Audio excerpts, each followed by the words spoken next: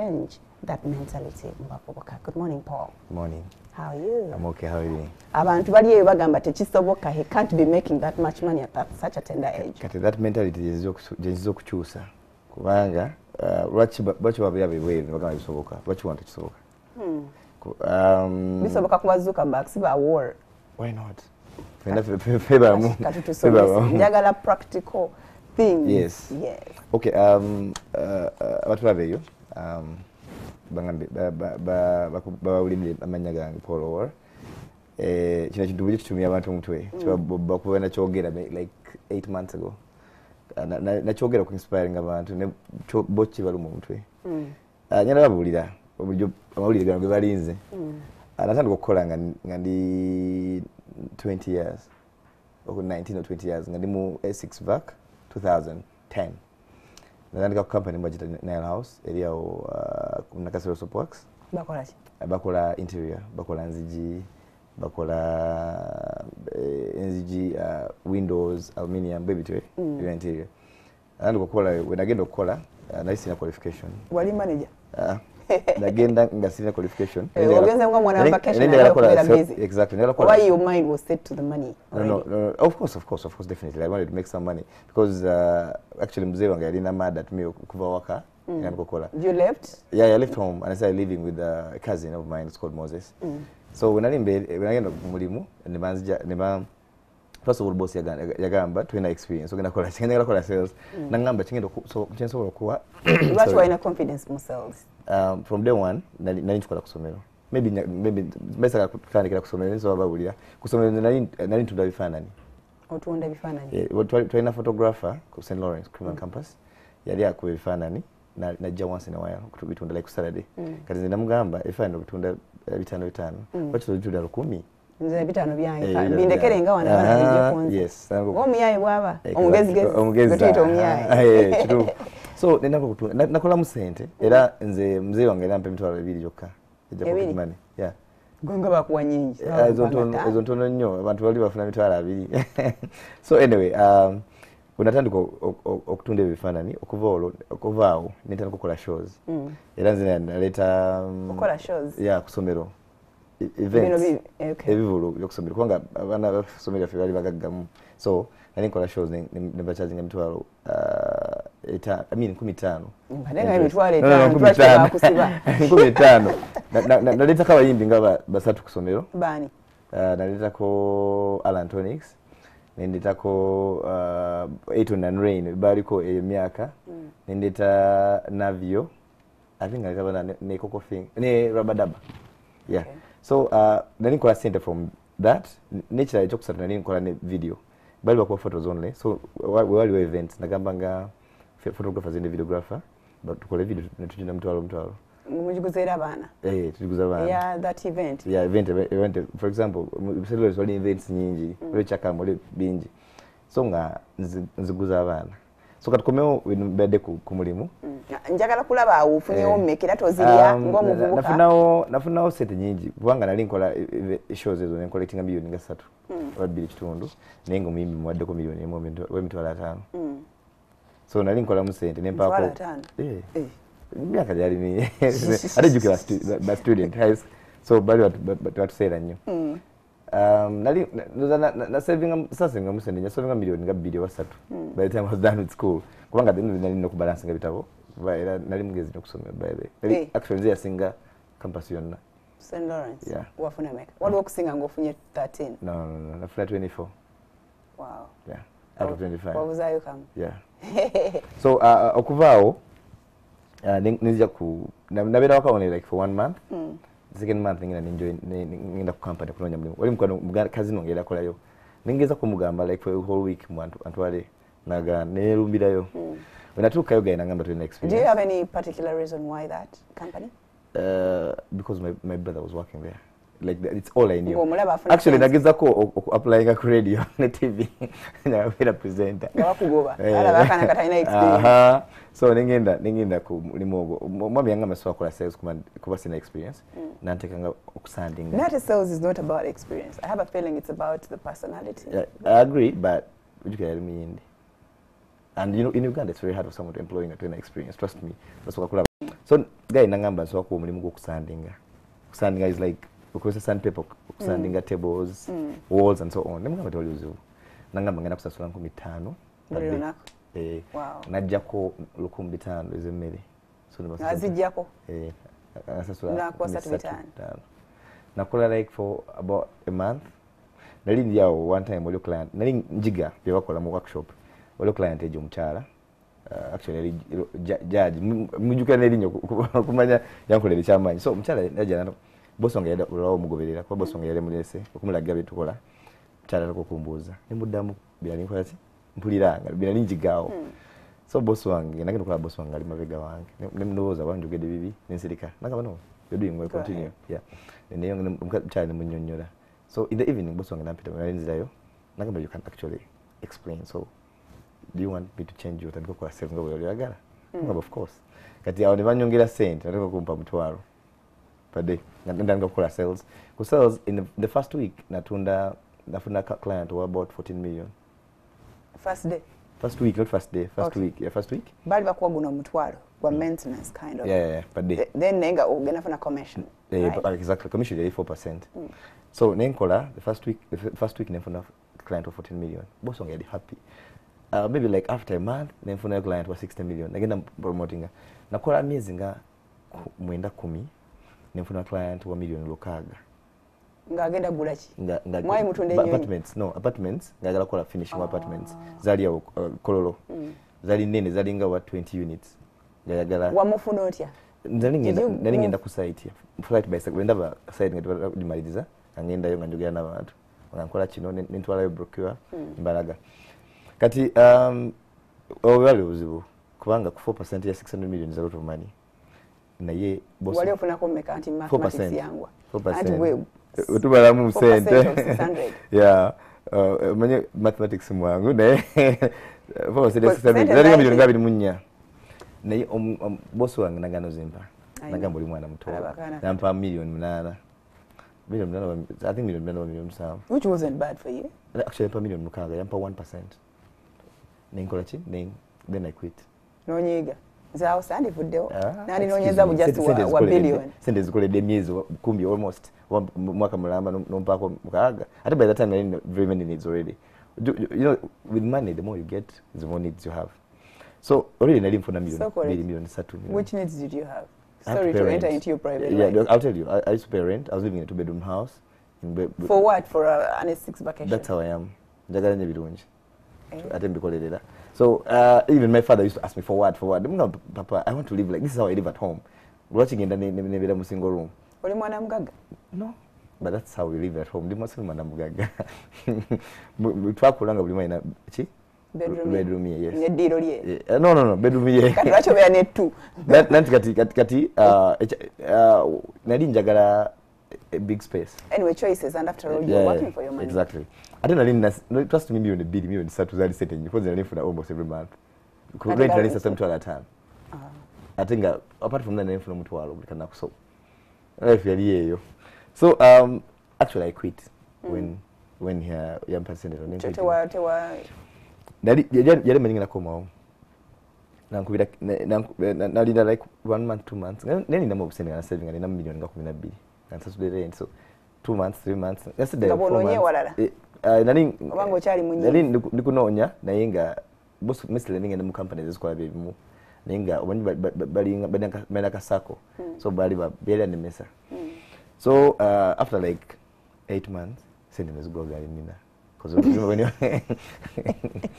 ofulubya to yingiza fulubya yingiza so ningiza ku company yemu nibambo mulimo company ya Dakar no already in campus sound in first year I think that was 2011 nibambo mulimo nesalwawo ekitan bwebampo mulimu ani yakuwa mulimu wali company abajita wood and living ile mu industry ile ndika nakuzino eyo kitemu nakuzino so tandika myezi je munana jani temi birozo bingi when ali mtula waka na coming up with ideas notandika okulowoza kati nzireyo wa daddy no actually nakwira ku mzee wange ngamba ampeyo sente za rent nagamba bele mu single room chichi nagano zimpa no nasigala mu nyumba. So about 9 months nafuna obuzibu. I'll try to be as open as possible. Champushinga, 9 months into the second job. Yeah, no, 1 month into the second job. When I did some successful rent, I think for about a month actually. And mwezi gwali wakagwa kunga second kunga mukaga kumacha 6 okugenda landlord alimba omuntu abadde akusasula diligently and trust then me, 1 month no throwing out. Farida actually check every chandidate okuzimba ennyumba walayi kubanga lewe yango basawa 11 za kumacha kati yali 1 month like ogamba 1 year. Honestly 1 month and 6 days nalimbera bweyogere 1 month and 6 days. Or you had issues with him? No. Okay. Yajja kumacha nagamba sente zange zino mbade nemo buzimu nemumikiza foluma je foluma nimangamba ndikewe ebintu fulumi ebintu babirekamu nasibawo atoleka ali oguze ebintu nga of course nali na buli kimu mu nyumba so can come to the main story ebintu byabiddako so ebintu byali worth 500,000 much more zali mbebe ebintu bya milioni nga 10 and then no more than that story need to be investigated. Police. It has to be no not that maybe okumalira story ya rent when I die like 3 months after kuchima bintu byange instead of mtu atano guy answer milioni 3. Okay. Buyalete lese bintu byange. Yali abitekedde banga. Ine mbuya charging emyezi esatu. I think we already mtu yali yengidi mu nyumba yabiteka abantu na charging rent for 3 months. Self custody for your property. They are intact, right? The same no palike bilako but I don't want to dwell so much in that. They actually I try to avoid negative. Saka nyo bad stories bisibyaga. So netukomao netago kola. Naye wano tubyatambula nga wali.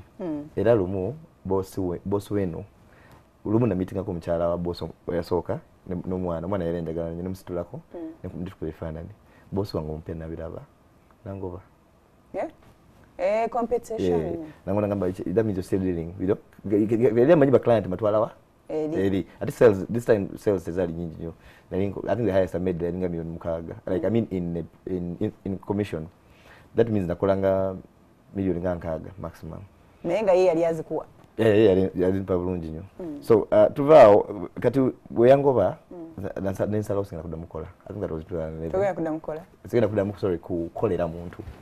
Ne setting up company nina like million ngemu landlord we yakugoba wadadi no nali nesimu yali S5 miaka ne njitunda ningufuna another room ningulo mfali sogoka nafuna double room omuzungu achita atya from grace to grass from grace to grass ningufuna double room ningulo mfali sogoka and I was living with my little brother and my 2 cousins by that time because bali bamanyina munga aleta no but bali mu high school nganze nza all the bills so when I sigaza mitwalo nga dali na milioni nge mu kitunda milioni 2 ne tuwese mitwalo nsamba ku setting up company the good news wali omuchala oyigwe kunyumiza ngona tandise ngambanyumiza mbuya nali munyonyola boss nansanga that same lady namukubira simu nimugamba don't have any work the judge abera bugolo binangamba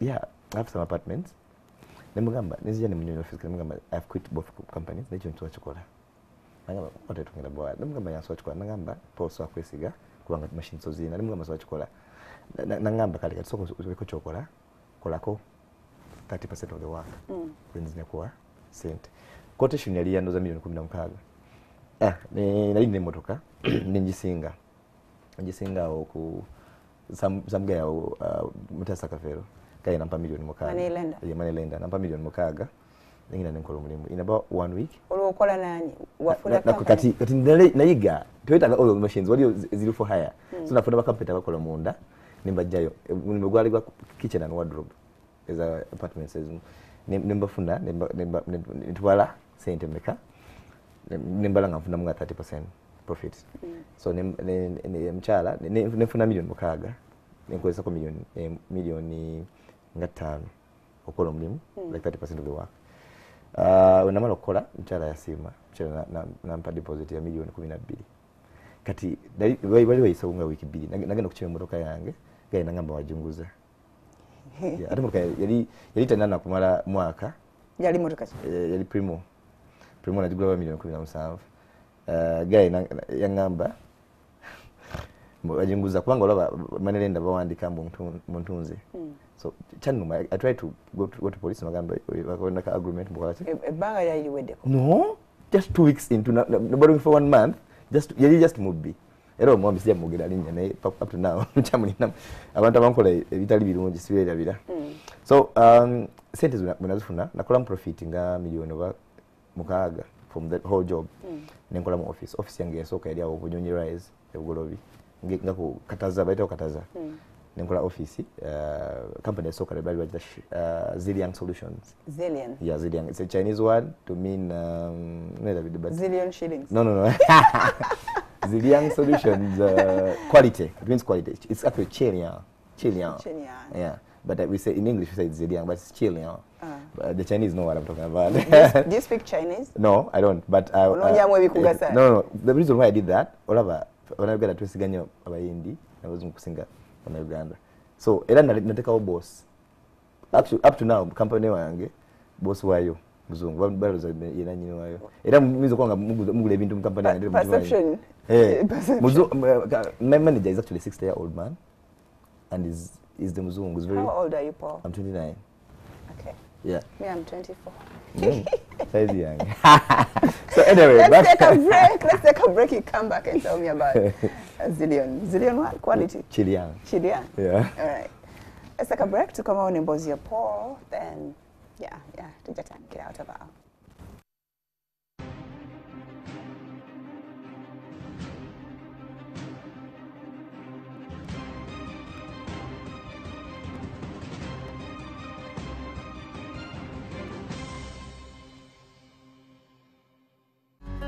After a long day's work, you need a comfortable living room. A living room that will make you appreciate your hard work. 1991. What university course? What is my cost? I saw procurement and supply chain management from MWASUZE. Okay. So nenkola company eyo nakola mu mistake kubanga nafuna 40% shares bali muganda wange yogera ku set kazini wange muganda waita Moses nateka mu sente gaboli yali omugagga yali asinga ku sente. So but company nekola ziyali bakola mostly company zalete milimu nenga safuna mu bingi apart from rent n'amafuta twalikola nga milioni 3 in a year nenga zigenda woli mostly kati nze obutayomba no cousin wange I quit after how long? After like I don't know 8 months, 1 year, actually 1 year, about 1 year kati tuli mu 2012. You're a quitter, why? Why you don't settle for less? I don't settle for exactly for less kasobanga ate silwana siyomba nawe mndabanga byokola tonyonyola nnyo. No, I don't like explaining actually, it pisses me off. So kubanga tuogera ku bintu we can talk about it, we're discussing like 3 times. Yali signatory mu account, it was a sole signatory ngajayo sente how could he tuleka milioni 7 mbade nga mwina mwembe kuba nanti kati nze nali muto, so he took advantage. 20 he was more experienced. It was like kale yakuba amagezi. Yeah. Okay. So nenji quitting I think January 2012 or February, somewhere around there. When I'm quitting namala waka like miezi ebiri, then I set up my own company. It's called Shinrai Group Limited. Shinrai Group na setting up as a Shinrai is a Japanese word to mean trust. Okay, lwaki wali tuyagala bikola mu nnimi ezaffe za nkunyonyodde lwaki Uganda bakkiriza nnyo mu company zitali z'Abannayuganda. Era ne Shinrai inateeka omuyindi eyali nga MD ate nga nze yali boss era twali kugenda mu meeting balowooza alina nnyini ate naye nga nze nina nnyini. Shinrai yali very blessed, kangamba oba lucky oba blessed, because in the first year twakola milioni nga 7 like immediately after, I think like 3 months into the company. Later in an office nali nkozesa motoka yali office until 2013. Nenga ba clients bajja wero kola kiri kye wakolanga. Yes, nagenda ku site and at this time it was harder because I had to convince them that I can do it. So most of the business nali nteka mu sente zange nenkola ni wela kola ki wela ko bansasula. tuli mu 2013 nenkola office yange awo Masterwood Plaza Endeavour era wekyali paka kali from 2013 Bagitan Shinrai Group Limited. So company yali kola bibimu byali nkola, by this time trying to expand into kola general contracting, intandika kola okuzimba, finishing, painting, atufuna any contract ya interior and finishing bebatyo. Era awo nina employed bantu nga basatu, receptionist, ne engineer omu, ne carpenter omu. Most of the people nali ba contracting on wali omulimu. Neba ne basatu binali bera nabo all the time. Office yali nene okusinga yatulamu abantu nga mukaaga. So awo Shinrai ku 2014. Naye ng'osoma ddi? Actually nagala kwebaza nnyo omuwala omwera kusomero oli omuwala bamuyita Sarah. Girlfriend? No, Piloya, mukwano gwange mu class. She's the reason why I finished campus. Kwa yali enforcing nga ngosomera nankolerako soaka nanyamba nenze ko nali ngobivuddeko kyosoma kugaggawa really na said exactly. So muwala yali enforcinga najja nanchimande kuntume waka era bakati mukwano gwange nyanyamanya kumaliza campus. So Shinrai mu 2014 twafuna contract emu nali nkola site yawo ku what is the place called one of Kampala Casino. Website yali nkola yo shop duka lile nkola nene bali Mario Fabroni yamuyita Rome yangoye yangoye yali nkolera duka, then wali omwami yayitawo nangamba I have some work for you, come and check it out. Omwami yali MD, I think MD wa Uganda Lotto. Uganda Lotto pambili mwami Kajura. Nangamba there's some work coming up, you know, I need to see your works, can you show me other works zokoze nemulaga nani koze one akashan nayo site lakolako offices nkoze mu UNDP nkoze nina ka CV. So ngotereka pictures of course. So go in a social media platform. Yeah, up to now in Facebook, especially Facebook, to Facebook. Nenga nalini nani profile ilifana yona ku laptop bele nimbulaga. So ne guy netukola quotation ya site ya office actually yalinga milioni maybe 3.5 netulinda kati later on company mubajita bet in mujimanye it's an international company bet in bakola partnership na Uganda Lotto. So ngbaja mu Uganda bet in ne kati on balinga ba boss babiri mwitale no kajura yansanga kati mwitale nimatuka matukole bid. I was not the only one who made quotation dokola bungi kati wetwa mala bid ne yasoka ya 350 ngati tuna tugaba mulimu ne contracts ne baleta amaduka office yali entono ne bakola whole floor. No, yali ntono initially ngali milioni ngabi 3.5 nekati ne quotation yo negeja ne bakola okumala floor ne bakola floor ndala. So nenkola quotation nga ya like $1 million. Zemmeka mu Uganda billion nga 3 million lusanvu. Okay. So unakola quotation eyo body company nale nene ezakola kati mine was the lowest ndala zali billion lusanvu. Sorry billion lusanvu, billion mukaga, billion munana. Kati ono Italy ali very interested in mwana mutono sente zili lower. Nanga are you sure you can do this? Ngamba yeah. Nanga what is your guarantee? No, it's very simple. Ngawe nasoka dalo kola ule mchalo uli yanga masoka nkole. Ngamba can do part of the work. Kati jukira you talk about one shop is yenga sente zoze ine zoge nokosa. Kati one shop ya million nga kati office afika million nga lukaga babitano. And one floor ningamba ngenda kola ko 30% ngisele sizina gaina ngamba kale weekend bili sina sente so ninguzira kataka nakatunda milioni nga chinana. It was I bought it like 1 million abili but nakuzalizwe I mean miaka jalizwe zendo 3 bebili njituna milioni nga chinana motoka yange nayo yanji njitunda. I don't know what else. Ntunda bituka bisatu. Nefuna mu milioni nga 10 something. Nitandika kukola ku site. Tukola one part, focus nganya ku one part. twali twakamala partition nga bbiri kubanga it was a glass, actually even the design was made by me. It was a glass office, a glass. Twakolako partition nga bbiri tukola ne ceiling ezigwawo kati laba twali twanatera okumala omuzungu n'alwala afuna malaria. Omuzungu ki? Omulitale yali tuwadde omulimu nga ye boss bet in managing director bet in mu Uganda nafuna malaria najjukira abazungu tebamanyi bya malaria so nalwala sente n'omutwala mu intensive care n'omuzaayo Italy for treatment. Ye mugagga yasasula? Yasasula. Ne bikuwunyira? Actually nali neewoze n'okwewola sapata nzeewoze natandika okunoonya I'll be frank. Ani nga kunoonya? Banelenda yampola ku milioni nga 3 ano nitaka kubeera waka ati netuddayo ku zero kubanga nali ntuze buli kimu muzeeyi nemunyumiza muzeeyi nali simubaire sibulira muzeeyi nga before I do something sibulira anyone close to me. You know why? If I tell them that, they're going to discourage me. I tell them I'm a product of risks. If I tell you what I'm going to do tomorrow, you're going to discourage me. So I don't tell you. I wait for you to see. Even we know better because nyina muzeeyi nga ndaba bibingi enzo musaba muzeeyi sokonda ku sente za rent muzeeyi nagamba same thing.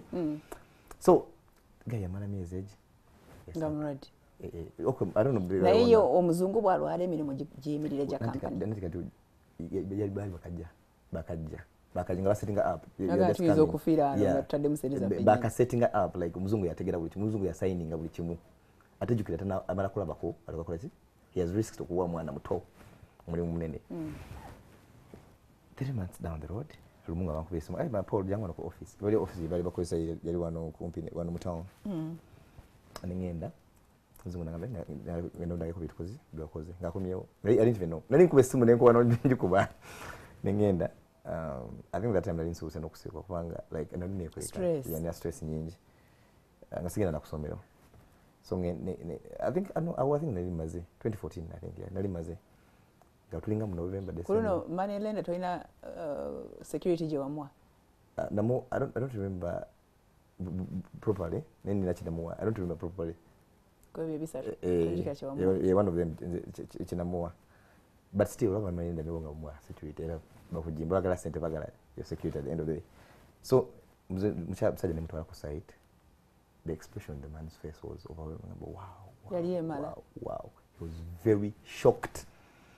They subira. Actually, I think resign because it's more complicated. Because the wall, no more walls, the partition. There's a board, aluminium and glass and gypsum and MDF. MDF is no board. So Nangamba, the job is yours. Kyogamba no mulimu gwa bayite banagukuwa. Sina kusigninga. Kuzi yalengezesa. Okay. Signinga. Guy, that time I was in, trust me, I'll be frank, like guy na netugenda mu office nangamba account details. What am I signing on more account details? Guy ateka mu like so kana ateka mu $300,000. Billion game 1.2 billion. No sakana unga kechitundu. Nsoka nensasula amabanja nengule motoka that excitement. Nengule motoka. Naronda bala mulimu. Bulira ati first one ayita demo ezange so as a profit. Wali wesasula. Mu construction in mu interior mulimu sente nyingi. Nyonyo because I want ibintu sigambu I'm a cheat but because I use the prices in the market. Ibintu byonna abantu bibatategera bulungi basasula okusinga bibategera. So ku sente zo ku project ya let's say $1,000,000 nako profit ya like 1 billion or more, actually more than 1 billion. So that is the 1 billion Jogamba Jiwakola. Actually, I made for the contract you're lasting up to 2016. 2 years. Yeah, I made a total of like 5-6 billion in sales. Profit nakola billion plus. So we undervalue Nzengo obulire gwanga. Yeah, umanyi lwaki kubanga I expected this reaction. Wado tuyaga tushopping anyo. Nebi nebintu nso bibalaga. Bagenda tobi tulaga tu. No, sikana balaga of course. Banga fele bona tulaga tukiriza. Kubanga ekintu kyonna ekiraga mbu sente omuntu azikoze mu butuufu kibeera mu records za bank. Kubanga bank eraga bezikoze ezivudde.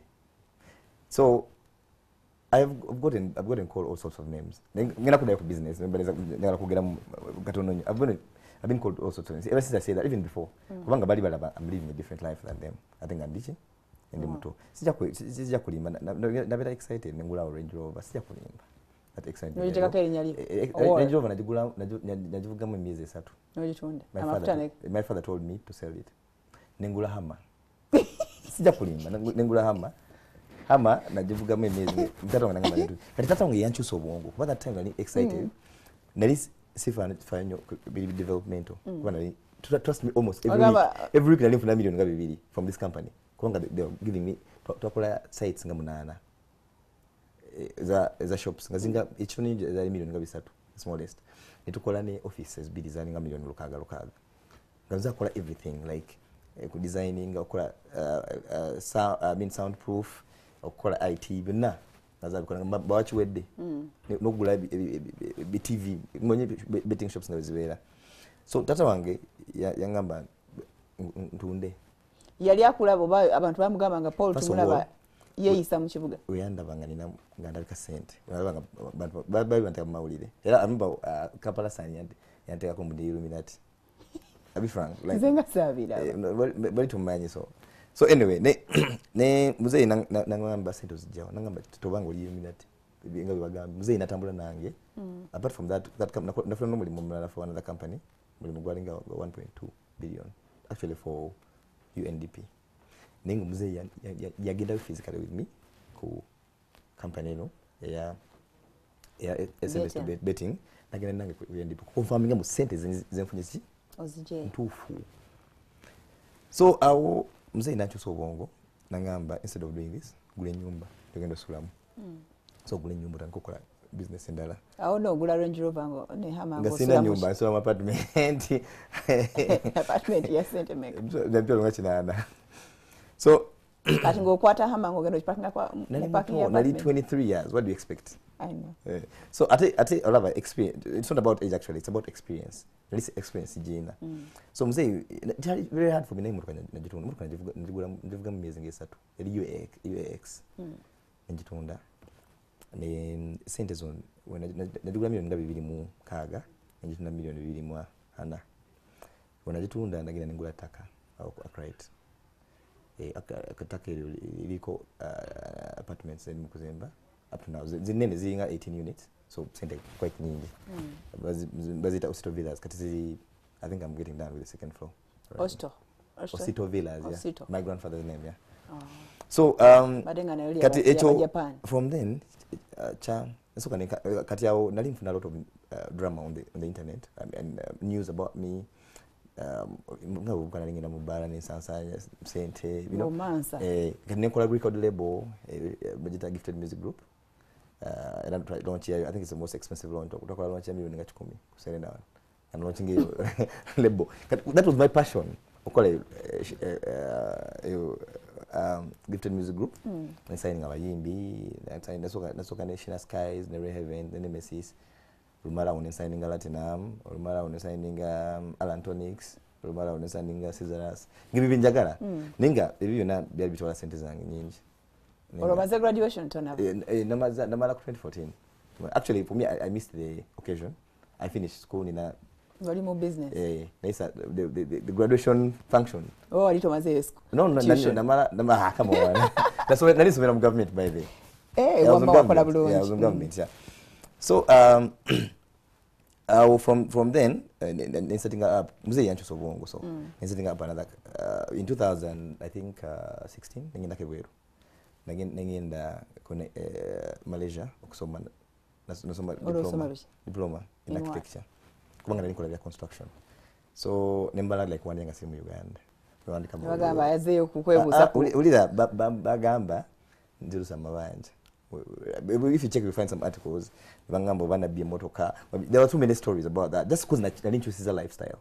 Kubanga initially ngina mobile and spending and sponsoring events, a brand, bichi ngani ndiwa buliwamu all over sudden insalawo get off nowadays city all over ndi on social media because it's just for fun, but you know I'm not like those days.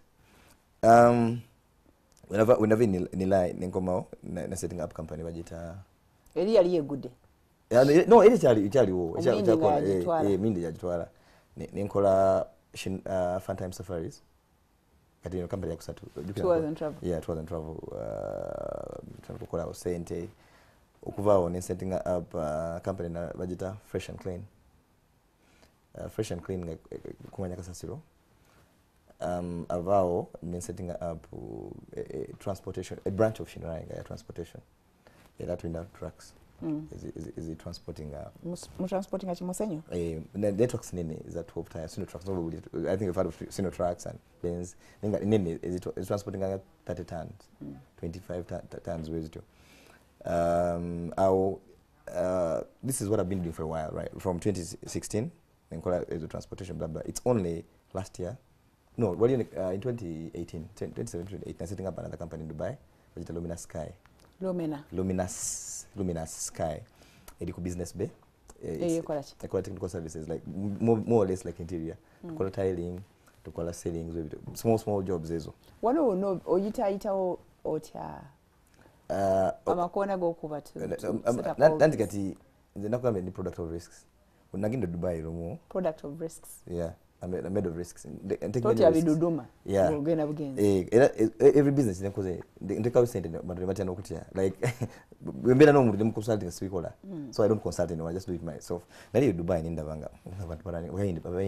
Company. Why not me? Go to Dubai actually. Papa square meter. Ne Dubai come to arrange. Kati mfuna umwana mwagu mu kitundu. Basi kola. Owe bidi. So that's how I ended up, making that Luminous Sky. Employing abantu nga basatu. Bana na Uganda. Yeah, actually upakati. Okay. That's why I'm always traveling. And to get Kenya, I'm setting up a company in Emu, wajita Afrilo Consults. Afrilo Consults, yeah. Kati waliyo mkwano gwange, ekola consultancy, a lawyer. So to yambaka nadala about setting up in Kenya. Kenya is a hub for East Africa. So this company, the name was a multinationals. I was setting up to a office, to studying the business, we call it business plans, to call it research and so on. Then lastly, the latest company nakola Bajita Cheyo. Cheyo is about 3 weeks old. It's an idea that came from a friend of mine on Twitter, Bamita Amir. Cheyo is going to be on Apple Store. Amir Fad. Bamita Mazi Amir. Ekola egina connecting our blue collar jobs to the customers. I don't want to go in detail with it, but again, employing abantu doctors. No. Blue collar plumber, Cheyo. That's why it's called Cheyo. It's called Cheyo Online Solutions, but the app is called Cheyo. So basically, again, Uber. Kati omuntu avangali ayagala omuntu amoleze ngoye. Just searching awali location ye kati they connect to the closest person. Tugenda kwa mweche yo muno mwafi. Yes. I expect it to employ about 10,000 people. So tufune tutandika ku apply nga. But directly ngena employing abantu nga abiri. Maybe in the next before it's supposed to start operations on 15th. So you identify that person who can do that job. Nebagenda ne bamuchima na gukola oyina asasula. It's just like an Uber. Ukola order na ileta. Ukola order Uber. The closest one that comes to you. Yaje kukubira gambe. Okay. So you can either pay by cash more. No Uber where you can pay by card or by credit. So people who do those blue collar jobs have to register with Cheyo. Yes. Nebabanga bali mu system. Yes. Ntizo mbanja njoleza kati ya laundry yange mangu. Yes. Nyonya. From mutwalo, from mutwalo. Setuga kola milimu ja bei from mutwalo up to million, depending on the kind of work. Tugenda kutaka munde about white collar, but we focus mostly on the blue collar. Newango basically it's a gig. Newango li doctor, nenga bali omuntu mulwadde ali nearby ngagala just prescription ojana what.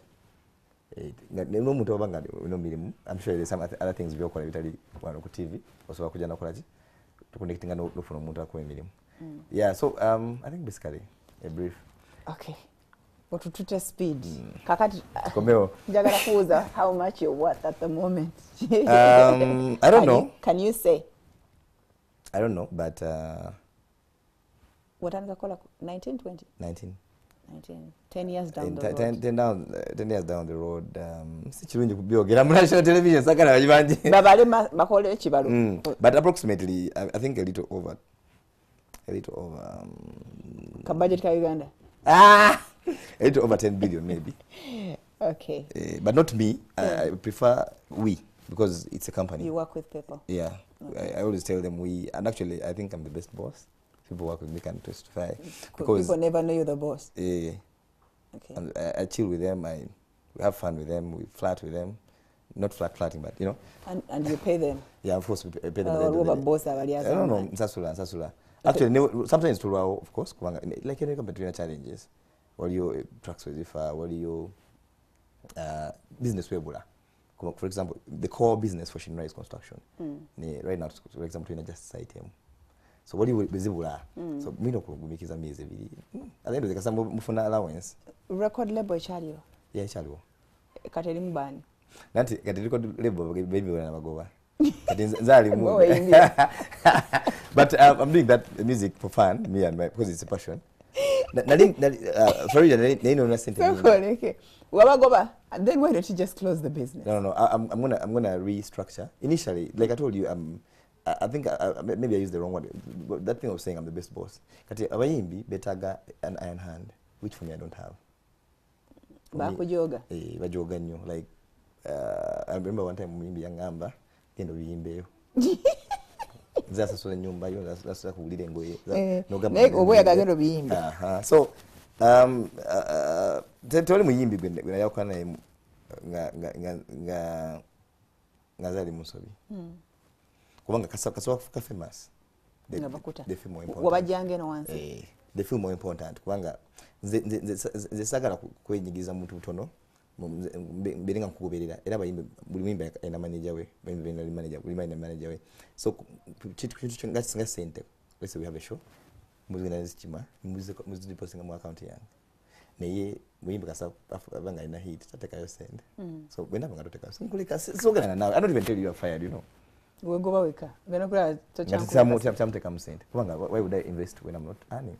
So actually I think kati woba yabana bato nga bayina talent bajesiga they can come usobola okubatandika batoteka mu bomu kubanga bajja kujja abantu bakumbitana ofunye tukusubira okuyambako bano because abana bali eyo ba struggling abana basobola kujja kubanga even right now wali been to nolide kababiri naye mutima mugumuko obo yagala asosofunayo ka hit no mutima mugumuko because kati sente ojitege you know how the business runs and everything kubanga I've invested over 1 billion in that business but I think I've never made even this one akwera $1.5 million ziwali okozemu tukola videos za $1.2 million because they're trying to quit class nainga so right now we like signing of executives executives yeah it's a group yeah it's a duo me and my friend actually so so genda kuyimba actually ready to win a whole album tuyimbiremu tukome otubulire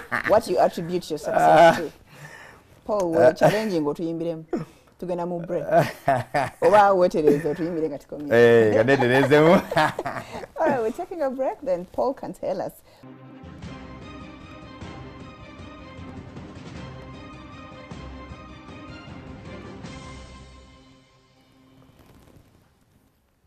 Okay, thank you so much for keeping it MTV and Spark TV. Paul Oworugatina, and we're trying to look at success. Teinako edge, it can happen anytime, but einako ebigendera kosoko tuyimbire mpoto nerabisa. The executive ani partner Wamita Hustle Chief. Ye muyimbi. No, is mugera kwimba bya kigagga bya leisure. This man does real estate. I know I'm a boss. Okay. Neka nkusanye. I can try. Because actually I used to be a rapper, but now so it's kind of hard. A rapper where at St. Lawrence? Yeah, I used to be a rapper. Actually, I've tried everything. Because in St. Lawrence, at the beginning I was a rapper, but then I became a pastor.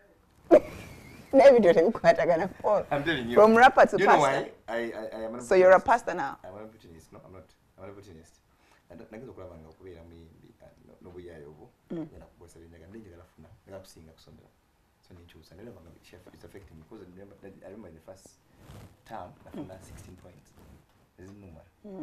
I think I didn't performing even oil. Ngolaba bine byokweyimbya yimbya bebikulu. So I quit. I realized that being a pastor would limit me from being. Why wouldn't you just concentrate on your books? It's not easy to concentrate on. You had to be visible everywhere. Olina kubeera visible buli wobeera. Not really. It's not easy. First of all, for example, I'm forcing to be perfect. What? Because I'm Mugezi. I think you're innocent. No, I think I'm the outspoken. The baby, friend is a nangiri dada. Olangira? Yeah, I don't have time for trash. Ogaba level. Level. So I think I'm so okay, but I promise. Okay. It's okay. So what? Haven't you met any challenges? Kubanga omuntu kusinzira ku kyonyumiriza tebiza kubanga bibadde kakeeka. You were rising all through. I met very many, and I've spoken about one of them. The first challenge I met was nali muto. So nali sente nali nzono.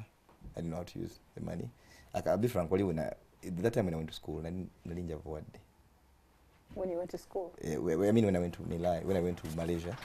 Waliyo weddemu kwega bali batuufu no, nali nina sente naye nga sina nyingi nga luli. Nga you can't abantu bakusuubiramu lwe bakulaba. Exactly. So ningamba nagenda kusoma ningamba kasonyere settling in my mind. Actually, it has happened twice. Wali no in 2017 na mara like a year abroad.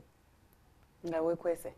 Nenga nkola company ya Dubai. Nga jokola. Say kwese naye mba mnetereza resetting myself, yeah. When I come out, I totally changed. But one of the biggest challenges zenfunye managing a center, one of the hardest things. So it has come with experience. Yes. Okumanaging a center chizibu nnyo. Especially ngo running abantu bingi. Ate ngoli mwana. Ngoli mwana. Okukuma center kisinga obuzibu. Ate nakola projects nyingi nnyo at the same time. So that is affecting. For example, so should we say it's not a very good thing to do so many things at the same time? Yes, I agree. But nali njagala kubeera nga sudira. Sija kulia. Tuvola company yange, Shinrai Group, owning a company zonna. So I'm trying to create a conglomerate. Chendi mkola. Sudira Parelia Group company. Parelia Group, yeah. So, but the other challenge is another challenge is being over ambitious. Yeah, and that's why I'm saying doing a couple of things. But I'm not over ambitious. I think I'm just ambitious enough. But then you get a challenge. Jemfunye is like mutu want to kids inze wali milimu jendo zinze just because I'm young. You're young. Yeah, that's the reason why I haven't put him in. But also, what would you funye because you're young? Katinga gulio gwa betting. Yeah. And no, but it was not just because I was young. Yalabanga sente zali into anetaga saving. But secondly, yalabanga I'm young na yalabanga kansuka tugezeko. But most of the people that was just luck. I can say that was luck. Abantu bagala experience. Abantu bagala kutuba kwagala. Ze bali nedala mu government. Nageza imimuja sakala kuogera organizations wali bangoba ngaza sinze. Nibangamba no this guy man, no this guy is very young. Ngari mulimu gwalinga like 15 billion kanageza ko. Nali sinze buli kimu. Nibagenda bangamba no. Ngane rates zo ziri wansi. Pastor never could go. Yeah, that was the lowest bidder. Oh, that day of the bid opening, I was the lowest bidder. All the qualifications in. Mugaya munagamba no mwana muto. Nageza ko okola buli kimu. Kyanumanyo actually mne ekirala njagala kola ebintu binene. Like every day mbano nonya a way of making a bigger thing. For instance, when banga nkola a project, let's say when nataka truck sales. Nataka trucks bili. Nalinga nali njagala 10. Nali njagala 10. Watandika na bili because you didn't have enough money to buy the 10 or you wanted to try the business? Each truck is like minimum is like 180 million. the minimum. Bino bi magulu 10. Erizo magulu 10 naye kati ina magulu nkozesa magulu 12. Ezo za milioni 2.7 each of them. Naye atenze nina obuzibu siri mugumikiriza nnyo. Nkulaba. Unikwanika katale ko yagala kudduka. Sigenda kudduka. Nchakakaje. Siri mugumikiriza nnyo. So usually what you asset financing because my books can help me get money. Naye ate bank azirwawo. When you bank. Actually, we want to story mbu nadduka la loan. It shocked me. I've never borrowed from the bank. You borrow from money lenders? Yeah, I borrow from money lenders maybe. Why? What's the difference? Tiba signing wano. No signing, but they're fast. Money lender can give you money today. Bank etwala exactly. Kastafuna security. Security na verifying bio. Bank. Right, so chairman LC1. Right. Net 2. Wenabi. Because you know. We kuya mama we number. Mama wasula nyumba yo nwako ifana no ochegera. So sitanambye actually because now my credit rating is very high actually. Bangas. Very very high. I have access to a lot. Nyingi nayo bakuba maybe can just cause one of these days. Atengo otyogenda yo mu bank. Because of time. Time? You don't have time to go to the bank. No. Thingeza kugamba but wala budde bungi. Okay. Approving a Badinga toina budde zembadde ngina kugendera yo mu bank. Ngutume. Agafuka PA kale mwe mugugo. So that's another challenge by the way. There's a lot of bureaucracy in the banking system despite you having the books and the credit rating name budget statements. You think it's a problem with the bank or it's a problem with you who doesn't have patience? It's the problem with the bank. Because in Dubai, they can approve a loan in 24 hours. Or is that against the senguka? Actually, the actually, if it wasn't for COVID, Zambia Uganda only on Saturday and Sunday. I think I'm talking to the wrong person. When I'm Uganda Saturday and Sunday, Monday no linya no again. Yeah, except. Why? Over against the Dubai for your other business? Kenya? Dubai or Kenya. Okay. Except if I have. But my work against Bali. No, I don't chill. I don't have time to chill. You chilled a lot. Yeah. No. Nothing. December I'm holiday. Holiday actually. Every December I'm holiday. I'm hardly. But see, I can't afford the holiday anymore. You don't have time. Not a part You don't have money. I don't have that money. Anyway, the career the problem is time actually, because sometimes even on Christmas Day, when I was doing that job in Uganda, my breakthrough job, the betting thing. Yeah, even on Christmas I worked. Kubanga abazungu baina pressure. Kati the other challenge mfunye is in Uganda, it's very hard to separate the business from the person. Kasa buli wenvao. Tebitambula bulungi. Sente zigenda. Actually, I remember when I stayed away for 1 year, they reached a point that pressure so kola kusasula rent. Ato mu India akola ki? Ogambe okyamu. Omuyindi alimu on and off. Ngira basajja mukulu so mu controlling anyo. Ninga nkolera. Ninga ali on and off. Ateta managing only Shinrai, the construction thing mainly. Kati it was a travel company or your mulinzi managing. Last time when I come on Sanga Vajigari together. We made out to call a million each. Ngativina mafutaga motoka. We made out to call mostly ticketing. It was zero. We made out to call up to 100 million, depending.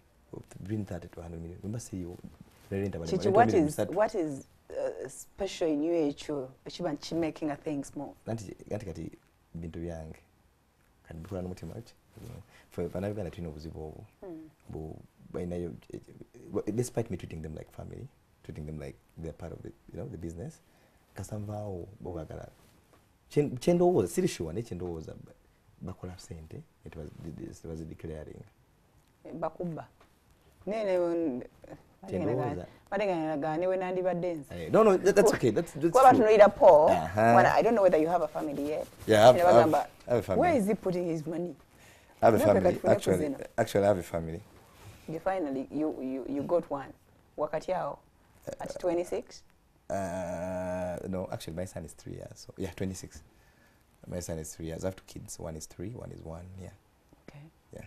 Okay. Sija kubuza bila. I told you. Risks Christmas. Buza nendi haji. Saga. I'm kidding. Mwana ni mama we. Banda ba mchalo mu actually. Okay. Ate bya haji bigira. No bali sana. Mchalo msilamu. I was just kidding, like, Okay. many, but I was playing. Okay. Yeah. When I said Jogambi, you're a risk what? I'm You're a product of risks. Yeah. And most of us fear risks. Yeah. What is special about risks that tutamanyi chitunze okuba nti to missing out because we fear risks in economics, the higher the risks, the higher the profits. Name reality. That is it in reality. Kubanga, I'll give a scenario. For example, let's say client anesize nayaga tukola omulimu. Nze mugamba mpe guarantee just ya bank mbaja kola si. Let's say client agazimba nyumba ya milioni 5. Nze mugamba just mpe guarantee from the bank. Nze ngenda ziteekamu. Naye kati jjukira okola risk ya milioni 5 bagenda nnyo okufuna at least milioni 10. So njamu charging milioni 6. Ate, so you're going to make more, like double, not double the amount, but you can make 20% more profit or 30% more profit. Guaranteed? Yes. Is it guaranteed? No, okay, a risk is never guaranteed, but I calculate the risks. For example, the bank kukuwa bila risk.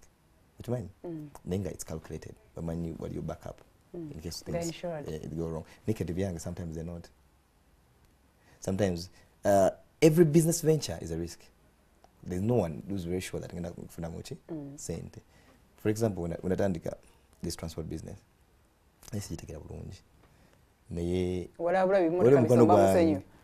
No gamba nange bache. No, nalaba ngagaya wali mukwano gwange nali mbera naye. Ndaba ngaye nango unga 10 trucks. Ninga buli kaseera. Naba mukubira ne bamwa. Ate basasula 2 weeks. Buli kaseera gaye afuna milioni 10 na milioni 3. Minongetse kabinyuma. Mo trip him. No, like, okay, let's say we have 10 trucks.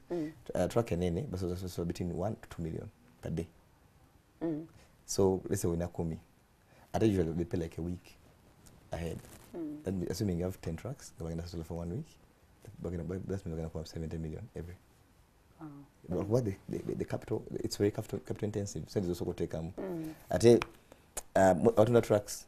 They also go but usually they want at least 70%. So let's say it's 270 million. Which very few people, was it? That's what I'm not going to it took a process. So, Omuvubuka wakakati. Simanyi bamuli banje abantu tumanyi abagaga. Esiri mugaga. Brian White. Esiri mugaga. Okay. Brian White kwa no baba ni bamansa ira ngago. The same answer. Abaze. So what is keeping you around for some time? Brian came and he disappeared. In 2? Did he make 2 years? I don't know. But okay, I always avoid talking about people. But talk about yourself. Inze nanti kutoka na yiga mangu. The first 1 year wali chinakola. Unafuna cent. Nalingina mubara ni spending 10 million, 5 million. I'll not lie about that. And also because I think your source of money. Yeah. Yani yosimanye zawala bazija. Yeah. Watandika mpola. Yes, it's very. Any bank yangola nasoka kubanga na bank milioni 10. And zija milioni 2 and ngena milioni 3 like that, you know. Because right now initially wali unafuna ko wenaso kufuna billion. But bagala account yangu of course. I know. Yambuza. But nowadays we need to send it one question because by mind. Yeah. Okay. Yeah. Because what was it's single dollar. Everyone has a chance at least one. So do you accept it? Mubiyoko is not just hard work. I agree, but actually I comment to things. Being per credit, risk. Farida we risks na kate gafuze ngagwe usiboleso watu ndemo kaino tuleta kali okola mulimo gutoleshwa kwenda kusasula kama tuna na kusigninga so achikola leo msaji alabika yakulaga gundi ya kusanga ngokola wao yes yenda basi ya sasula si hapo mulimo bali ba taking over umuzungu sibangu baku pleasinga ndaba Italy bali so particular kino njagala bwe kitutige perfection naye nange omutufu so aziteka akataka kanga akamu era mzee wanga angamba ndi muto ina experience ya miaka 5. Which other risks have you taken? Is that nyingi Some of them have been afraid of telling people. You tell us, what $5 billion ze wafuna mu kusooka twagumye kati kye kyakyo tushookinga with kiyinza okutunulira bakasitoma because sometimes for example nfuna sente as a client, let's say bali client bakuwa sente okuzimba ennyumba ne bakoze zonna ziteeka mu nnyumba zonna because ennyumba twala mwaka 18 months okuzimba. Okay. Kati tokyakola just interior designing? No, you okay. I make general contracting. Even kwa Akasha Mall nakolako. Even I contributed to Akasha Mall. Nakola bingi. Go wakola chi nakola go wagala. Nakola part of the vegetachi landscaping. Maduka nakola muma ngana. Niku village mall nakola maduka manji. So there are very many places that I've worked on. Some clients would bagala. Bogirako, yeah. One of the biggest risks I've taken, volume 1% to miss a client. 1% for the whole house. Zonna nazimpambulumu. Nizija ku million nga bibiri. No, that's glam track. Yes, within remember it got 18 months. So nagula track. Or business yali ekuze ya track ngola betambula. Those were the first 2 tracks nagula. Something I'm risky. Azega kati track zo nazigula lucky enough like after 2 weeks nitafuna emirimu ja transport ngafuna contract ya 3 months so track is system emuli kanako so zili busy so nalimkola bidi good thing they must have 3 months at once so this is how but nalinti demo nizo tugana client agala chi nyumba yetu era ne boyogere mpola akuwulidde mukama wange siyegwe. Okay. Yeah, so but I'm sure you come across so many youth. Vubuka, what is their biggest challenge? Capital. And I've been trying to sensitize the youth, especially. I know we are not here to talk about politics, but I've been sensitizing the youth where I've been going, where I'm contesting in Busiro South. I've been telling them that they should change their mindsets. Actually, if I was the president for a day, I would change the education system on that very day. So why would you want to change it? Because I have never practiced what I studied. It was a choice. Kati nze nasoma byenkola. Muli batono nnyo. Yeni we sina sente zoyina. Awinza okumonsinga. Muli batono nnyo labayo kubanga there's some courses that are useless. People are still studying. I don't want to make someone feel like it's useless, but I would advise people to study more practical courses. Bafune skills. Yes. Kubanga zimanya abantu bagagga bakono bagagga ninga bakoma mu S4 ne bagenda mu course. Are you trying to say education is ne bakola mechanic is irrelevant at some point? Education is relevant if you study what is relevant. So some of us to some be missionaries. Musenyo kwisparinga. No be missionaries. Bitusoma kati tebikyagasa. Most of it, see all, of course, doctoring, medicine is a constant, journalism is a constant, and you know, but I don't want to pinpoint. Never courses. Also, mangana was money to all to go to college. When you say look, the points is wafuna. Each photo, I would rather go to a technical school than go for a funny course at the university. For example, my brother didn't go to.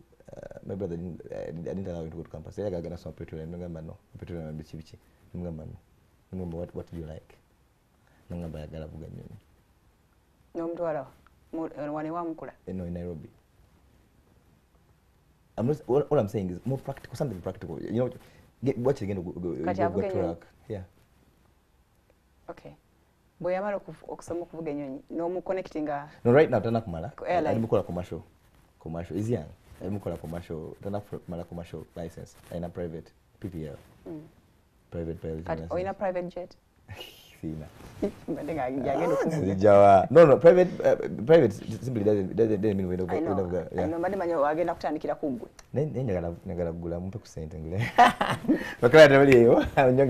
So some of the problems they have is no capital. But did you have capital when you started? Yeah, all of it.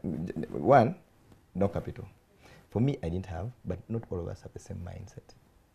So that's what we want to change their mindset. Yes, I have a perfection in explaining, in convincing people. Like I'm very good marketing.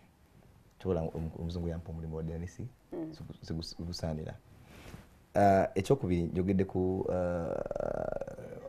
the courses zebasoma teziri relevant most of the people. Challenge nabyo balina, they don't believe in themselves. Omuntu akola ekintu naye nga akikola bukozi. Agamba kino manyi ngezaako bugeza just to pass time but I know it's going to work. Yeah, and actually most of the people I meet baloza mzee wange alina sente nnyo. Mzee huyo yani bakuzaala wa. Nina bazeeyi babiri. Mama ne taata anti. No, I mean bazeeyi babiri, like two fathers. My real father died.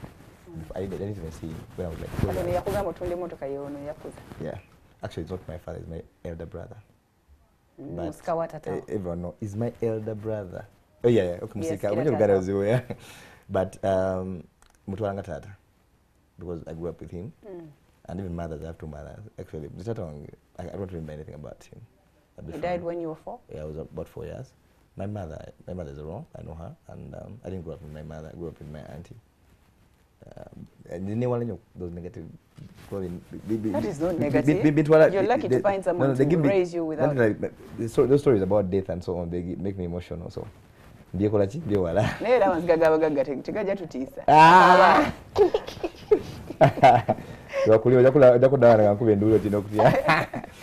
So the other challenge that they're facing is our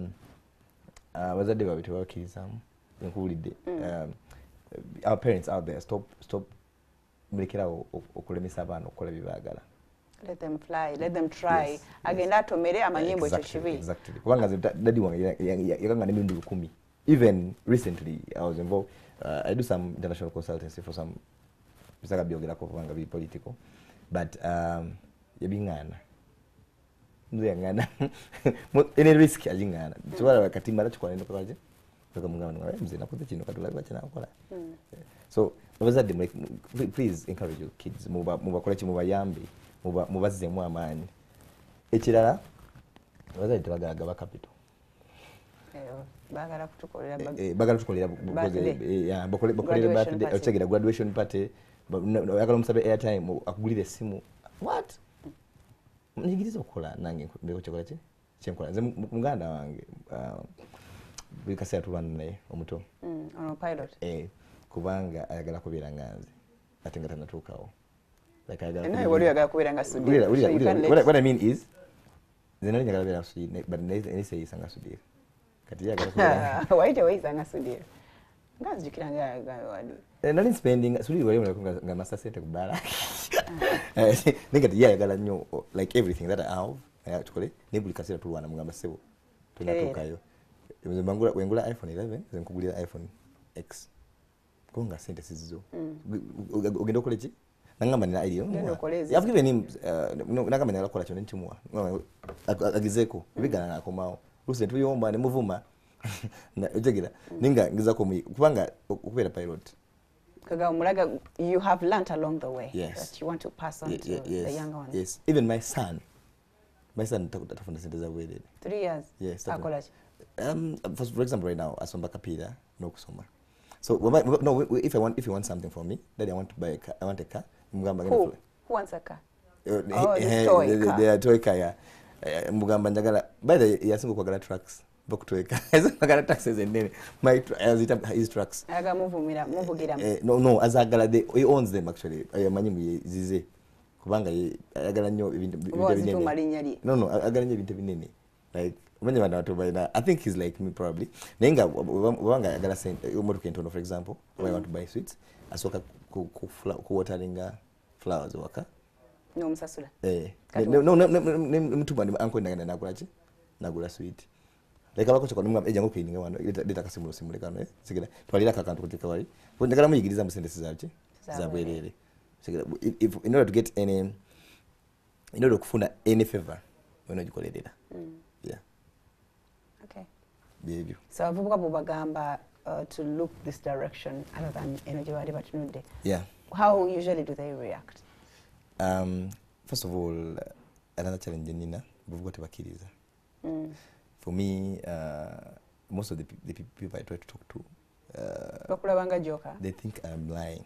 They think everything, but they're facts. Whatever I talked about, you can verify. Go to Nile House, go to Usigida, get a bet in. That's why I mentioned those names. But verifying is what Paul's saying true or Usigida.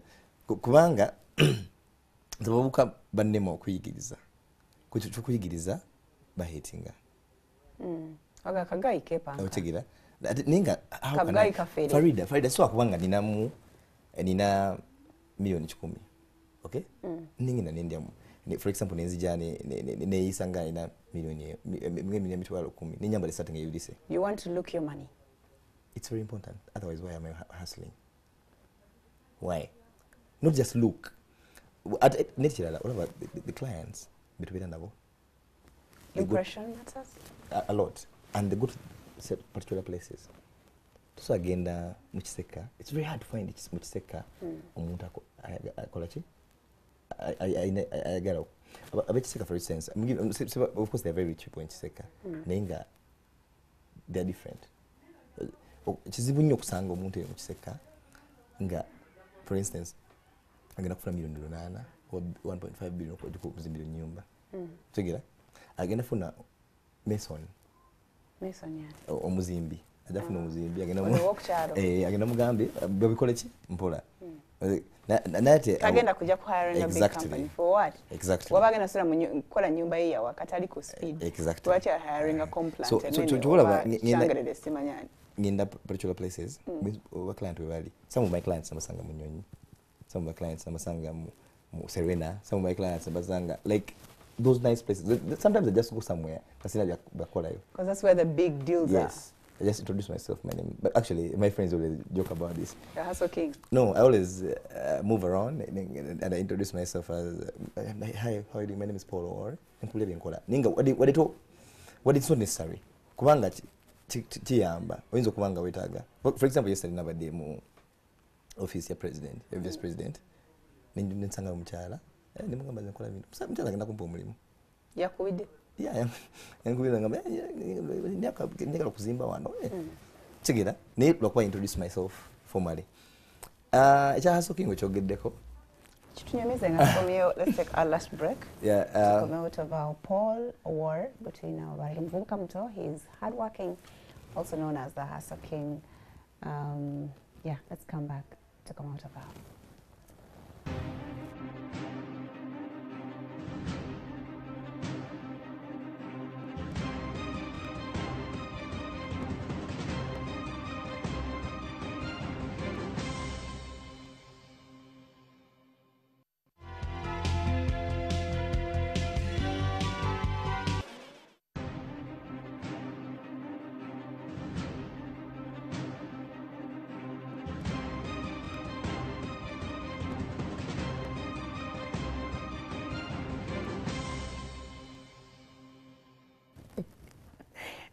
Okay, we are into our last segment.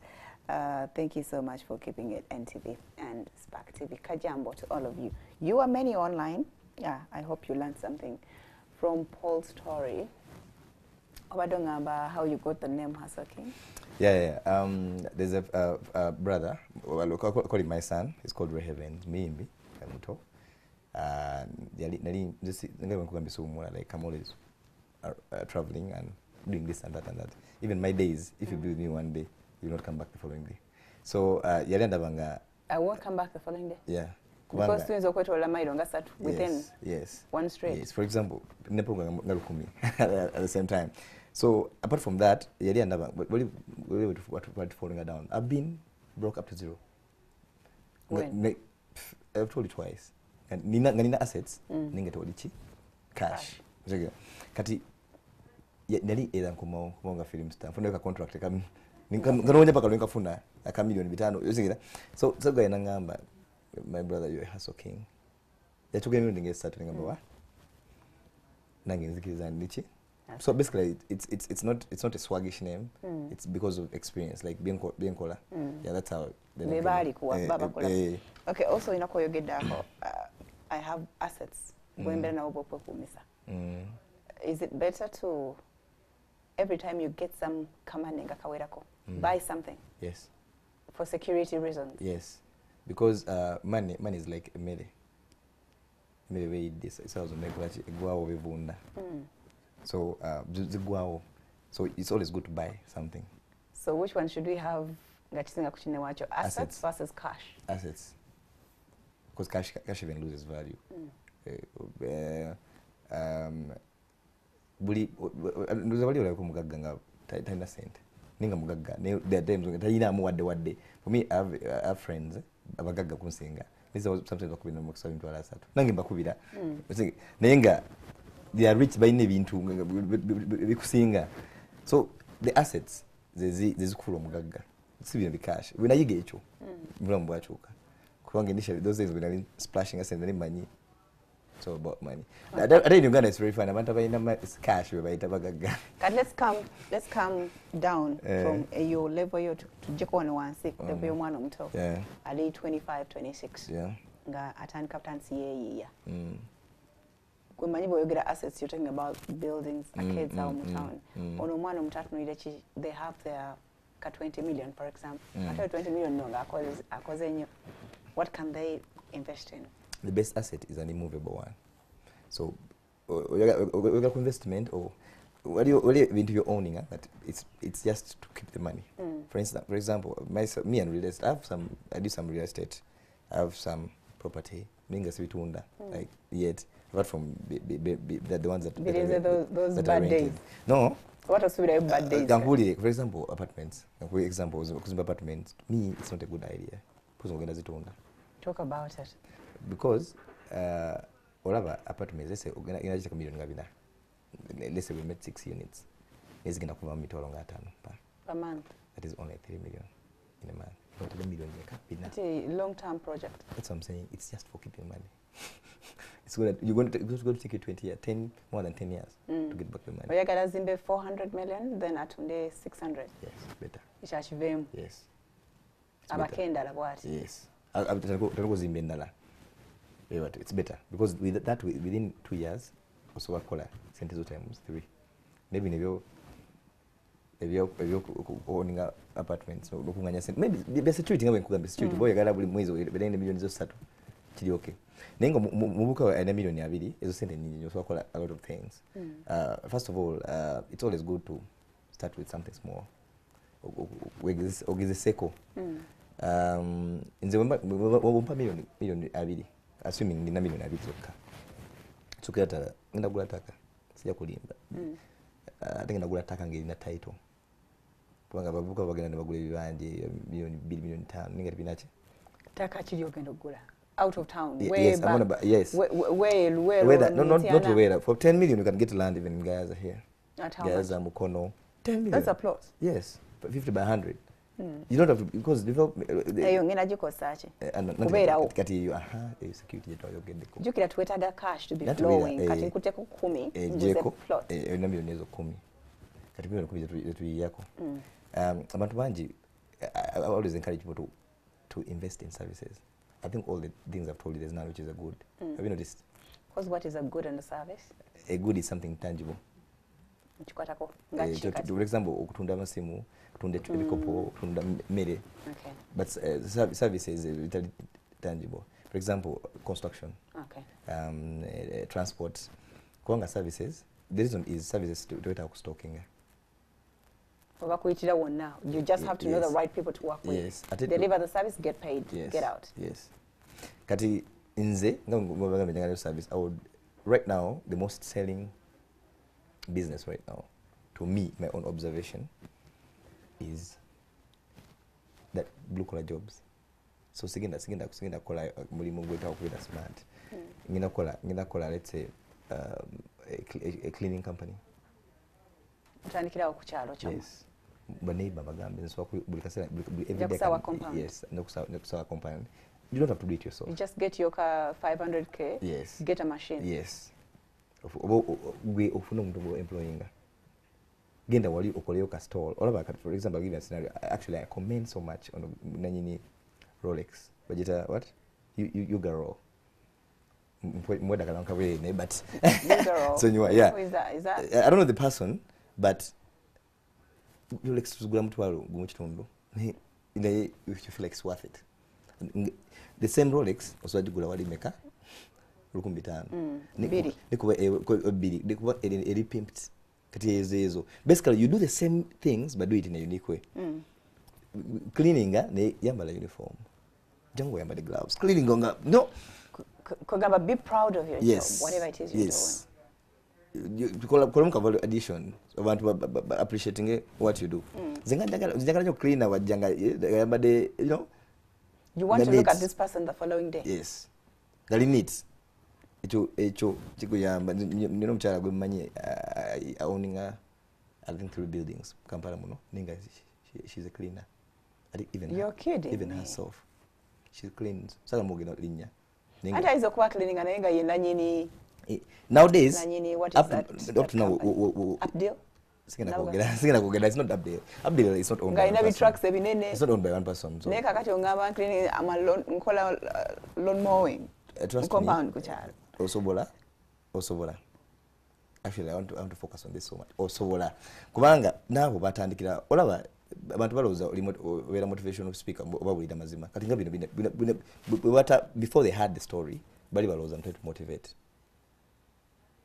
Naye abantu batandikide wala buli omu alina omukisa otuuka n'obudde n'ofuna omukisa katugambe muli basatu okay kubanga miliyoni abiri sente nyingi omuntu mwayinza okuba nga taziyina naye nga right now abantu tebakyakola essomero teganakola ki tegana kugulawo muli free buli omu alina 5 miliyoni 10 sorry miliyoni 1.5 muzigatirize Mwekolemu ekibiina. Mukole biki mukola? Muguleka boda.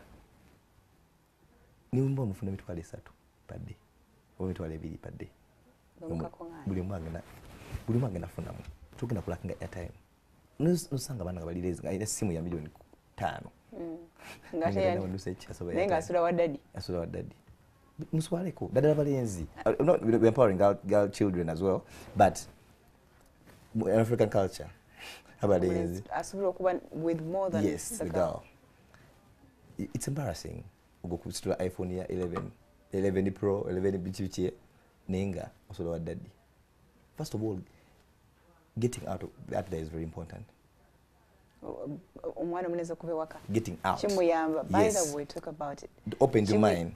Because you have responsibility. Yes. I have to pay rent. Yes. I have to find my way to the office. Yes. If I have a job, that is. Yes. I have to do this. I have to buy airtime. I have to give something to my girlfriend. I have to, you understand? But what you was balancing ni sente is okuwa girlfriend so akuli badadi maina cha ekizibu ero krachi twalako. Nekirala it's very important tuleme kulinda. Kati gwe byani yabikubolya because bobyogedde. I remember you left home senior 6 back. No one told me. I have a burning passion for success. Oli chiza kweba. Abantu bamanyi bamanyise baka. Like I hardly sleep. I sleep like 4 hours. But also it's not good. It's not good, yes. But there are days that I sacrifice for sleeping. The days when I'm going to sleep for 12 hours or 10 hours. Manyi umali miezi 3. Wali nakungwa 3 banyanga ne baka. Nayenga it's very good. Okola ki? Getting okuvewaka. Kikuyamba nnyo okulowooza in a different perspective. How am I living next day? Yes. Next month, rent guy agenda kujja nkonkona. So you will hustle, you will try. Ogidageza ko kyona kyosobola. Naye wani wa daddy tosasula. The meal is catered for by mommy and daddy. Baso abamba manyino bagulira engoye. Exactly. Parents also, can they get to a certain stage in agamba, you know what, I'm not going to be giving you such and such things. Very few parents. Wegulira engoye engato bichi. Very few parents. My father does that every day. Actually, my father, okay, my father, I mean my brother, but I call him dad, actually. But my brother, from I think S4. Yagana kugulia bintu Tangulira ngoye. So the best thing I can do is give you one of the shirts. And they yakugamba. Akwayo obusente, dukira kwayo obusente, yakusubira okusaving okola ki? Obeko kyogula. What is actually very important. We have a very bad mentality. I'm talking about Uganda. Tuna mentality mbi, mutulinda kumala kusoma. Utani kukola. Ekyo kibi nnyo. Work at whatever stage, whatever opportunity you get. Yeah, actually that is another thing that I would change. Oyino tandikira okola ki? Okola. Back chokola as you're studying back choyi. No kusanga guy nebaka yeba some hostel for 3 years ngataina chako because like agenda kusoma nakomona yebaka. By the actually ntibamulita kusoma aga kansome okusoma kulina value, yes. Ndinga nachogeddeko dde about that. Okusoma, it depends on what you're studying. What doctor? At the end of the day, the doctor benyini said is about tezimala. So ne wosoma ere close idea na bera doctor ningo chokola kusaidi. You cannot be successful. Ate we should also learn to start small. Yes. Because wagambe waliyo kuta zinentebe vo. Nakuta making them smooth for like a month. Ngambira oninzugala the thing is but masks nainga very dusty. But we wali made ya lukumbita. Baleta wali kawunga kuliko nemba kazimu mazimanyi nenga. Nage nali waitress. Perfect. Kati at the end of the day ata olaba abantu bakomplaining mutawana milimu. Some of them just don't want to do. Bani milimu netu bajagala. Nibakuyita okole kino n'ogaana. Bananda babati. Atenga awo wenyini wosinzira to showcase exactly. what bigger thing you have. Yes. Oyina kutandika, oyina kuba kuchokola. You can't just come from nowhere and become everything. It's a process. Okay. Yeah. What one this issue of kuzimba your own house versus renting? Inazimba, it took me like 4 years to build my first house, 3 or 4 years. 4 years of building it or okusala unt kanzime nyumba. Building it. Nasoka ningana nganaga soka kugagawala ndoke ngibere nenyumba. Kwenda sikosa ina mchala. Sina like ngangama lots ya what in these apartments is going to kundeta cent.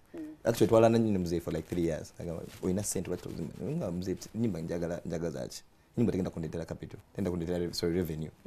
What you call. But with time, especially when you have like kids, you need a home. It's very, very, very, very important. And send zomara ku renting. For example, the a certain level in solar rent of 1.5 million. Ezo sente nyingi nyo. So was balabala mu mwaka oli meka million almost really something like that. This thing anezo. Ket ezo ziswa kuzimba the wall. Yenyumba yo. Ate ogena sura mu wall. Nandi ngenda kugamba. That is, remember, it is a year. Yeah.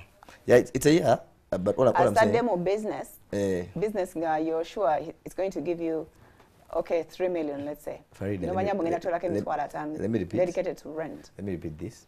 It's getting as accumulating. There is no business that you're sure of.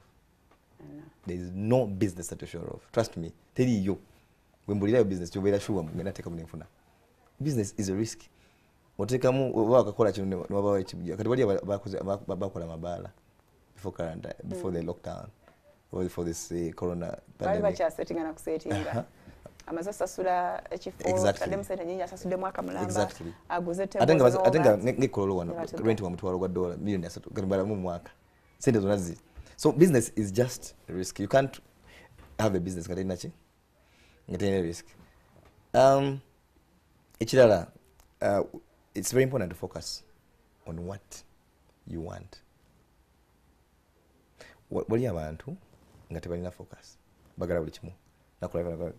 You can't first focus on one thing, perfect it, then go to another. Do you have role models? Yes. By contributing achinene? Yes. Nagambi, I wanted to be like Sudir.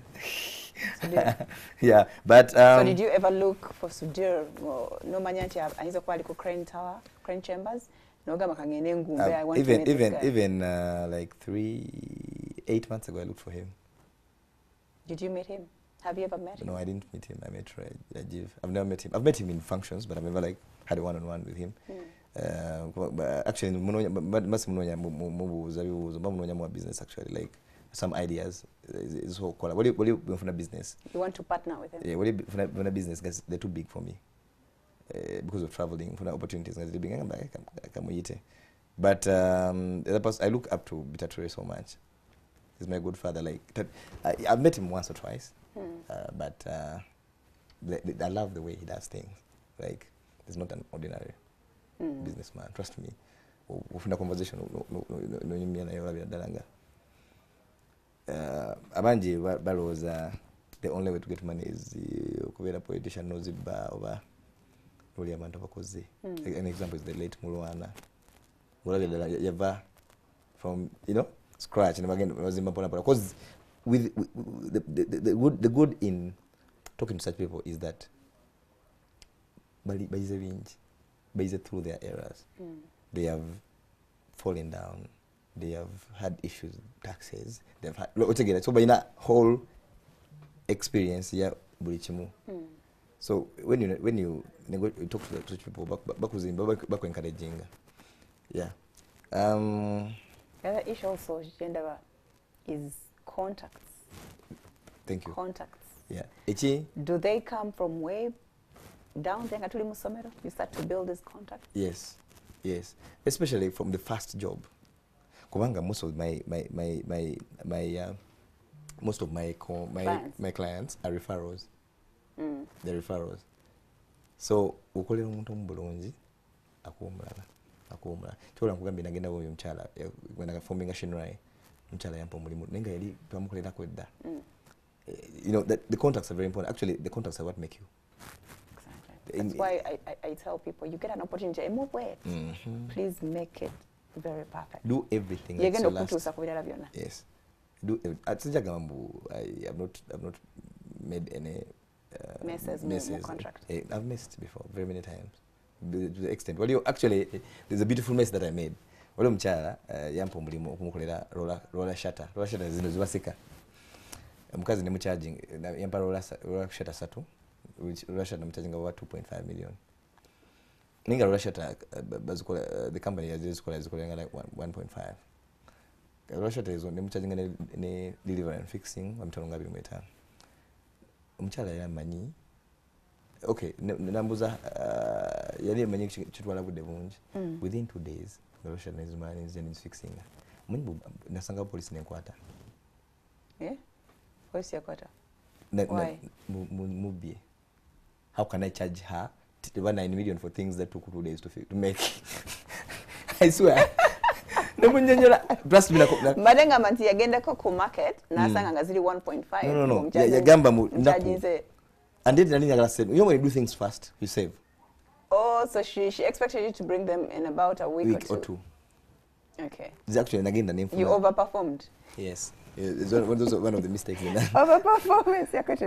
So police cut and police. Where's the young quarter? But afterwards, design me on a bid. Oh, by the love peace. I don't want to ever go to court. No, it's a million bid. Yeah. Never sees Musovi. I find a way of solving it amicably. Yeah. One more thing. But okay, I'll show you the contacts. One more thing. However, this thing of I am young, it's a very bad mindset. I want to have 19 years. You're as old as you are. Yes. Yes. Yes. Because you're not guaranteed of 35. Exactly. And you the most important thing is you have to change your mindset. Kubanga, before you realize you're 30. You know, that's an excuse for being broke. It's an excuse for not performing. Why can't you be like people abroad? You've seen these things in the news. Millionaire.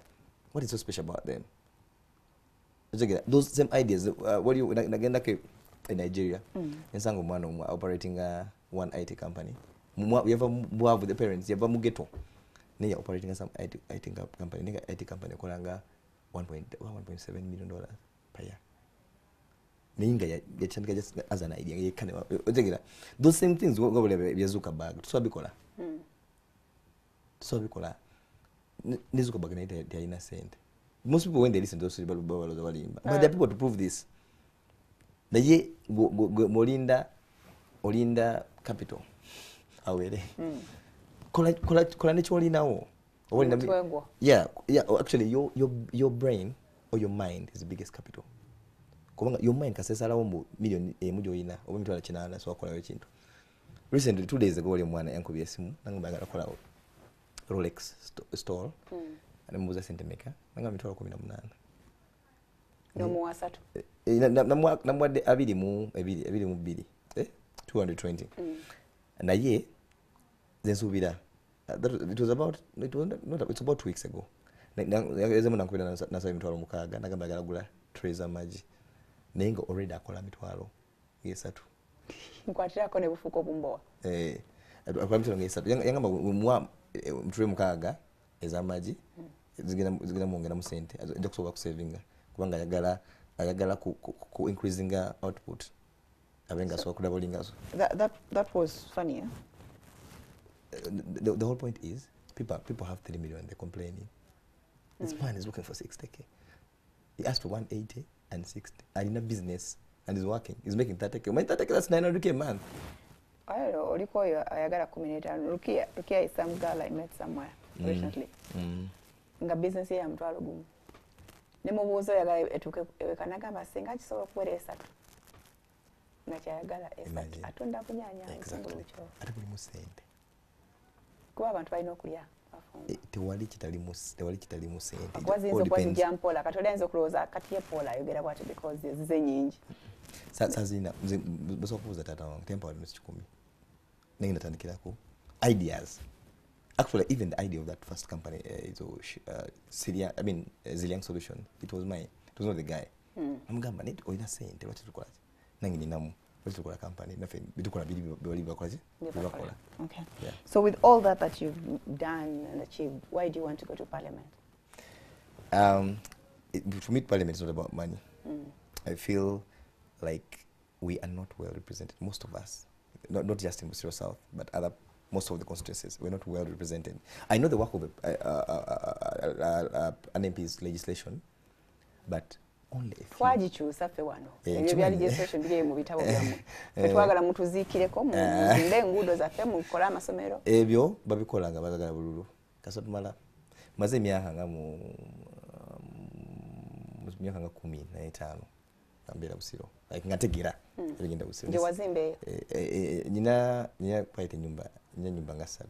So mukuzo Busiro nina buzibira gyosula. Nina farm ya.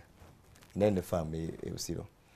Naye ndadala kubera genda mu farm. Mala myezi myaka 7 nga tewali difference. Enfuferi wali. Ngolinze balikole. Ekyokubiri njogera nnyo abantu. Kati ogenda dikola? Sigenda dikola because it's not my role. At least in a sentence of good. But I will push for it. I'll advocate for it. I think not just there are two ways of dealing with things. It's okay that of course pushing and pumping. Because this I think this road has been put on the budget like 3 times. Kati goloza MPY yabadde pushing. Tugogera pushing. Oba you're going to get bagaga banno mwekole mu. Tegeza sentence wale ezibulira. But the other reasons.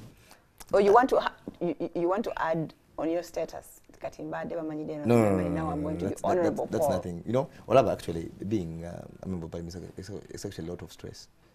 It is. It's a lot of stress. I want to assume. Yeah, it is.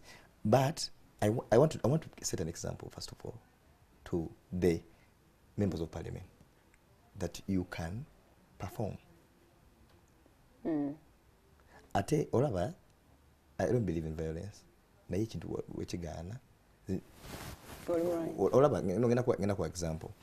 Engudo, you've heard of babira ku mawulire Akawungeezi wali abasimba emichi ebitoke mu lugudo kasaba bisimba twayita wiki bbiri nga balukoze so mugenda kusimba bitoke oba ogenda teka muna kali tu tugenda tandika kukola because government teka mu kali tu daga discrediting kaza tandika kukola government ejakola ki naye ngenda soka ku advocating kubanga gwe mulimu gwange mwaka apart from that ngenda ku monitoring malwalire eyo tigaina dagala